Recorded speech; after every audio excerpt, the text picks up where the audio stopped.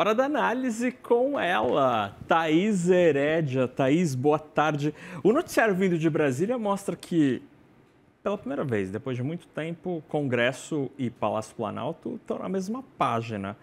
Será lua de mel essa história, Thaís? Boa tarde. A grande questão é até quando, né, Naka? Porque você vai se lembrar, parece que faz 5 anos, mas foi só em fevereiro que o Hugo Motta e Davi Alcolumbre tomaram posse juntos.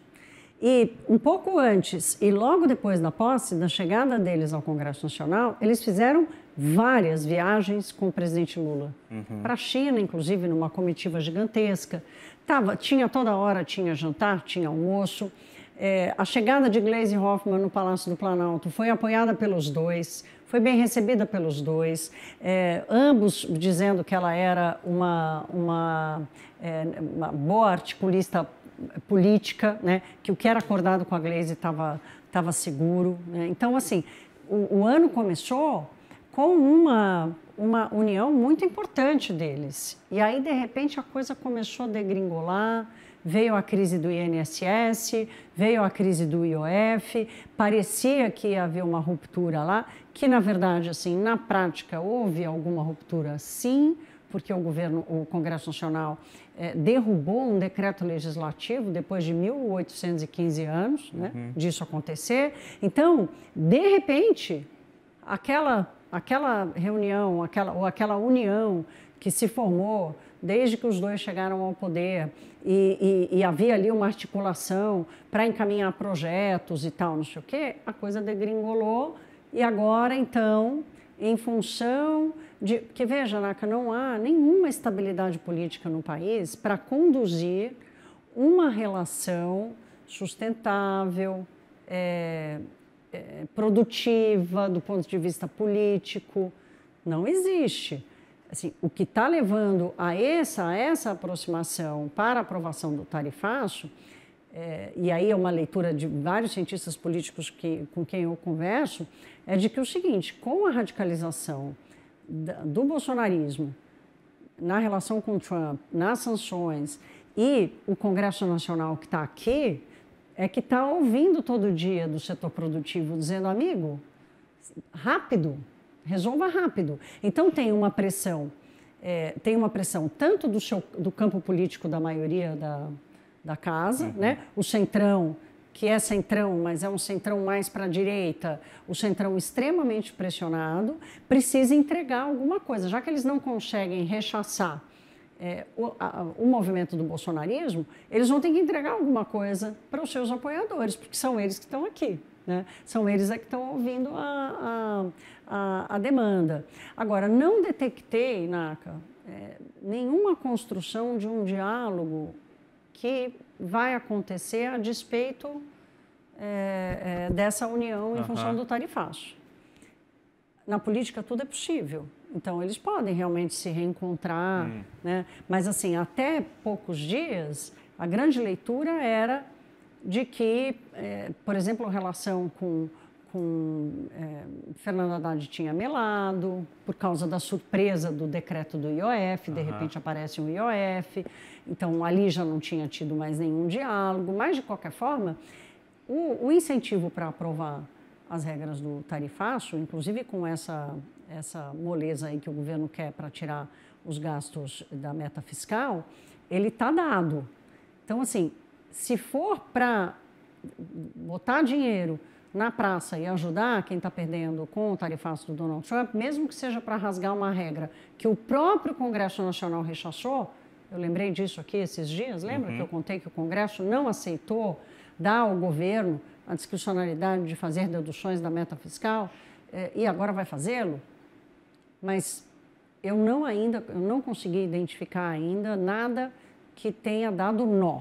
Tem laço, mas não tem nó nessa volta aí dos dois lados. É muito interessante esta leitura, porque mostra que, ok, no momento de crise, de circunstâncias extraordinárias como o atual, Congresso e Palácio Planalto ficam na mesma página, porque tem pautas ou interesses que estão mais ou menos no mesmo caminho, mas não se cria nenhuma outra ponte nos assuntos que não estão nesta circunstância extraordinária. Então, não dá para dizer que o governo esteja ganhando governabilidade no Congresso Nacional neste momento. My man, eu acho que esse é o ponto. Esse é o ponto, porque no fim das contas, Naka, o que a gente discutiu nesses meses de rusga e rupturas entre os dois poderes, né? Como é que seria a governabilidade de Lula? Uhum. Aliás, esse já é um questionamento já desde que o governo começou. Lula se fechou em copas com o PT no Palácio do Planalto. A reforma ministerial que era para acontecer não aconteceu, né? Aí, numa tentativa tímida de fazer alguma reforma, o escolhido pelo Centrão disse que não quero ir mais. Nunca ninguém tinha visto isso na vida, né? Você recebe um chamado do presidente da República para ser ministro de Estado, você diz, não, olha, estou meio ocupado esses dias, não vou poder. Então, esse é o tipo de coisa, né? Nesse novo momento que a gente vive, de um Congresso Nacional extremamente empoderado. Mas, agora, que é o Congresso que fica na Berlinda, com o motim da oposição, com a atuação dos Bolsonaro contra o Brasil, com o Congresso Nacional sendo cobrado dentro de casa pelo setor produtivo para dizer, olha, se alguma aliança de vocês provocou o que está nos causando problema, agora se vira e arruma para nós, né? Então, eu acho que esse aqui é o ambiente, não é um ambiente em que a governabilidade esteja sendo construída, né? O Lula está conseguindo ter alguma governabilidade porque é impossível, quem quer que esteja aqui no Brasil e quem tentou se deu mal, defender o que está sendo feito pelos Estados Unidos. É impossível fazer isso, não importa de que campo ideológico você seja. Não dá para admitir, cancelar o visto da filha de um ministro. Isso é uma coisa que já extrapolou qualquer regra, até de etiqueta internacional. Não quer falar de lei internacional? Não tem problema. Vamos falar de etiqueta internacional, né?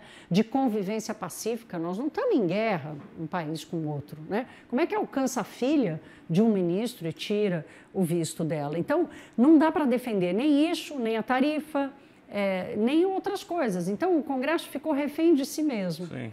E é interessante como a circunstância e as pressões distintas, mas pressões acabaram empurrando Executivo e Congresso para o mesmo lado do ringue, assim, né? Agora, Naka, eu queria chamar a atenção aqui o seguinte, que sinais a gente tem que acompanhar? Tem aquela história, né? O dia que eu ganhar na loto, eu não vou contar para ninguém, mas haverá sinais. Então, vamos ver quais os sinais que a gente vai acompanhar a partir de agora para entender exatamente que banda está tocando o Congresso Nacional, né? Até onde vai esse bando de laço que vai sendo feito aí antes de dar um nó nessa relação. Lei de diretrizes orçamentárias. É a lei que vai determinar como o governo vai poder gastar no ano eleitoral.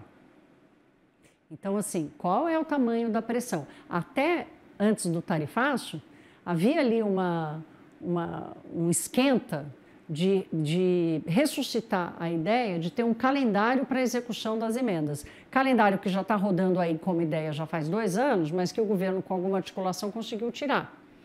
Mas agora, por pressão do Congresso Nacional, com o IOF, com não sei o quê, a ideia era trazer de volta o tal do calendário de execução, que aí amarra ainda mais a execução do orçamento, amarra ainda mais os gastos do governo. Então, vamos olhar para como vai ficar a Lei de Diretrizes Orçamentárias, vamos olhar para como vai ficar o projeto de isenção do imposto de renda, que tem que ser aprovado até o final do ano, né? Já faz algumas semanas que a gente está, olha, a sinalização é de que pode ser aprovado essa semana, não está sendo.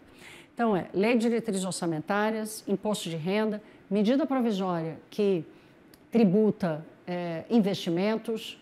Até onde vai essa disposição do Congresso Nacional de ir contra o governo em questões econômicas? Então, acho que esses 3 pontos, e tem um 4º ponto que correu meio por fora, sem pela pipoca, mas que também traz uma sinalização importante de como essa relação vai ficar, que é a proposta de emenda à Constituição que dá autonomia financeira ao Banco Central. Ah, sim.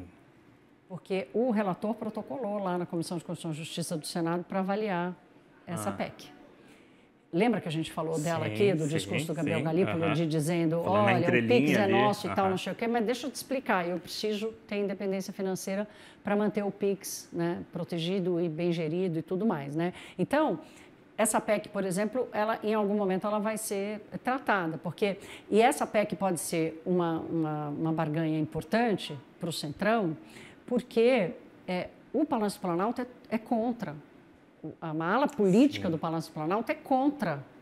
Mesmo tendo lá o menino de ouro do presidente Lula no Banco Central, que é o Gabriel Galípolo, né, que o Lula se refere a ele como menino de ouro, a ala política do Palácio do Planalto não quer essa autonomia administrativa e financeira do Banco Central. Como se isso, gente, fosse ser uma coisa assim, sabe? Isso é uma questão de gestão, de qualidade de gestão. Isso tem nada a ver com dar poder, né? Vamos baixar a bola. Mudar a política monetária. Vamos baixar a bola, vamos botar a bola no chão, vamos falar as coisas como elas são, né? Um órgão da responsabilidade do Banco Central não pode ficar disputando orçamento, ele tem que ter uma estrutura de execução, é quem regula, quem fiscaliza o sistema financeiro, quem toma conta do PIX, né? Quem faz a política monetária, quem cuida do cofre do Banco Central, da distribuição de nota, que a gente não usa muito mais, mas ainda assim tem nota rodando pelo país, é o Banco Central que cuida disso. Então, vamos pensar o seguinte, que não dá para achar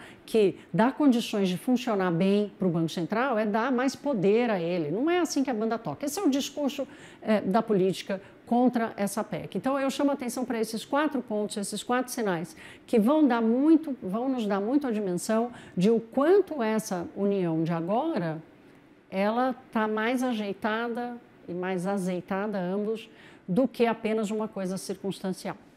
E aí, só para a gente terminar a nossa conversa, Thaís, que foi interessantíssima, porque a gente foi para o mundo da política com a economia e como as coisas estão absolutamente integradas.